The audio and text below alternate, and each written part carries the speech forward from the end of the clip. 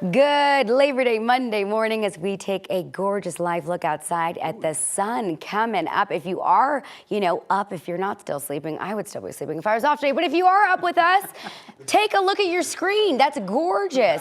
Sip the coffee, tea, whatever is helping you wake up this morning. Thank you for joining us. I'm Erica Lopez. I'm Jordan Chavez, jealous of the fact that you can sleep in. 6 a.m. is my sleeping in, I feel like. Let's get a check of that forecast now with meteorologist Chris Bianchi. Chris, going to start the week off very hot. Good news for anybody who has maybe plans around the water today. Yeah, today, one of those days you want to be out by the water. It's a pool day. It is Chatfield Reservoir, something like that kind of day for today across the Denver area. Low 90s. It is the unofficial end of summer, of course, right? It's Labor Day. We tend to think of that as kind of the unofficial conclusion of summer. Though here in Denver, honestly, these days, mid to late September is when really we usually see that first real cold front. That's what it seems like it's going to be the case again this year. 50s, 60s right now, Eastern Plains, 30s and 40s for the high country. But today, we top out at 92 degrees for us here in Denver. Average for today is 85. Our average final 90-degree day of the year is on September the 5th. So just for a little context, when we're talking about temperatures in the low 90s this first week of September, that's far from unheard of. It's just going to be mostly sunny for today. We will see a few more clouds today compared to yesterday during the afternoon, but nothing's coming from those clouds for today once again. 80s, 90s, Eastern Plains, 70s for the most part in the high country.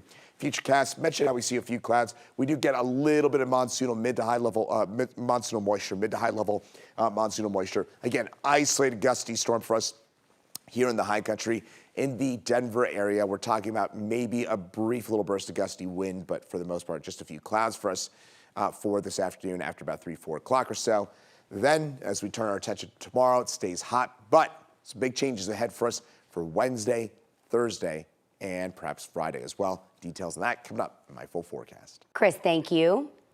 Right now, Aurora police need your help finding a missing man. 81-year-old Elsie Wilson went missing on Sunday night from his home on Titan Court. That's near 6th and 225. Wilson is believed to have left his home on foot. Police say he frequents the area of East 6th Avenue and Peoria. Wilson was last seen wearing blue jeans, a purple T-shirt with college fraternity lettering, black tennis shoes, and a light blue jacket or a tan jacket. If you see him, you are asked to call police. New overnight, Denver Fire is mopping up after a brush fire broke out near the old Park Hill Golf Course.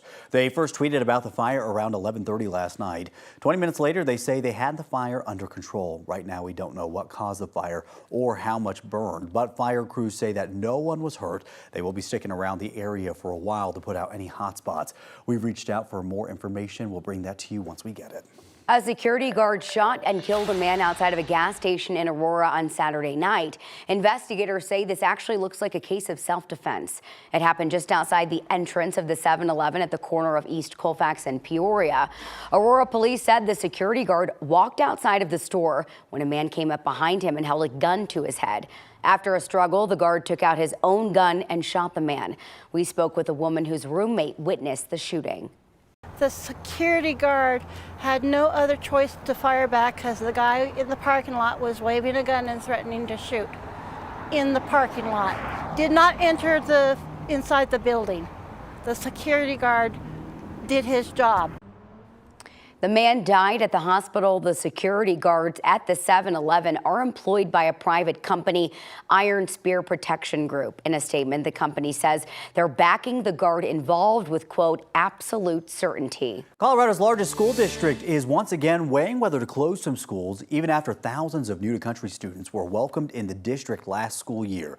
DPS says drops in enrollment have made these plans necessary. Superintendent Dr. Alex Marrero says that keeping under-enrolled schools running is expensive, and by closing those down and merging others together, they can offer kids more educational opportunities, programs, and resources. Right now, it's unknown which schools may get cut. Before a list is released, DPS will hold meetings around the district for people to weigh in. We plan to approach this in phases. It's important that we provide the community to engage in decisions that have been made, that they're well informed when making decisions about their students' future experiences at DPS. It's important that our team has the runway to plan, engage, and refine the process leading up to the recommendations in November. DPS will hold those meetings across the district starting September 24th. Those will run through October 15th. Then the district will put out its list of consolidations and closures on November 7th. Then on November 21st, they will vote on those recommendations, and we'll have all that information for you on this timeline and those meetings on this web story at 9news.com. This comes as districts across Colorado, including DPS, are asking voters for more money on the November ballot. Denver, Aurora, Westminster, Dougco, Cherry Creek, Adams 14, and Adams 12 all have bond measures or mill levies on their ballots this year. Some of them have both. We have a full list of which district is asking for how much help on our website, 9news.com. This month could be another turbulent one for Boeing as it stares down a possible strike. The company's contract with 32,000 union employees expires in less than 2 weeks. A union leader says that workers in Boeing are still far apart on all major points, including pay, retirement, and time off. Boeing says it's continuing to bargain and is confident that they will reach a deal. At least 7 people were killed and 30 others were injured after a bus crash in Mississippi on Saturday. Police say that a commercial bus carrying 41 passengers overturned on Interstate 20 near Vicksburg, but they have not said what caused the crash. A 6-year-old boy and his 16-year-old sister were among the 7 who died. The bus was on its way from Atlanta to Dallas at the time. 3 people were killed after a small plane crashed into townhomes in Oregon over the weekend. Sheriff's officials say the aircraft hit power poles, then went down in the neighborhood outside of Portland. 2 homes were hit, but the fire that erupted after the crash spread to more homes. So far, there is no word why the plane hit the power poles and then crashed. A 3-year-old boy got lost in a massive Wisconsin cornfield, and this could have been a tragic situation, but authorities found him within hours with some help from technology. Right now, corn stalks are 6 feet tall, but sheriff's deputies had a thermal imaging drone. They knew searching by ground was pointless, so the drone was sent into the sky and didn't take long for it to pick up the toddler's body heat. The little guy was just fine, thank goodness, when they found him. Turns out he had chased a cat into the field, but that could have been very scary. Absolutely. I'm so glad they found him. Yes. In Israel, candlelight vigils to honor 6 hostages who were found dead in Gaza. The Israeli military says their bodies were found in a tunnel under the city of Rafah on Saturday.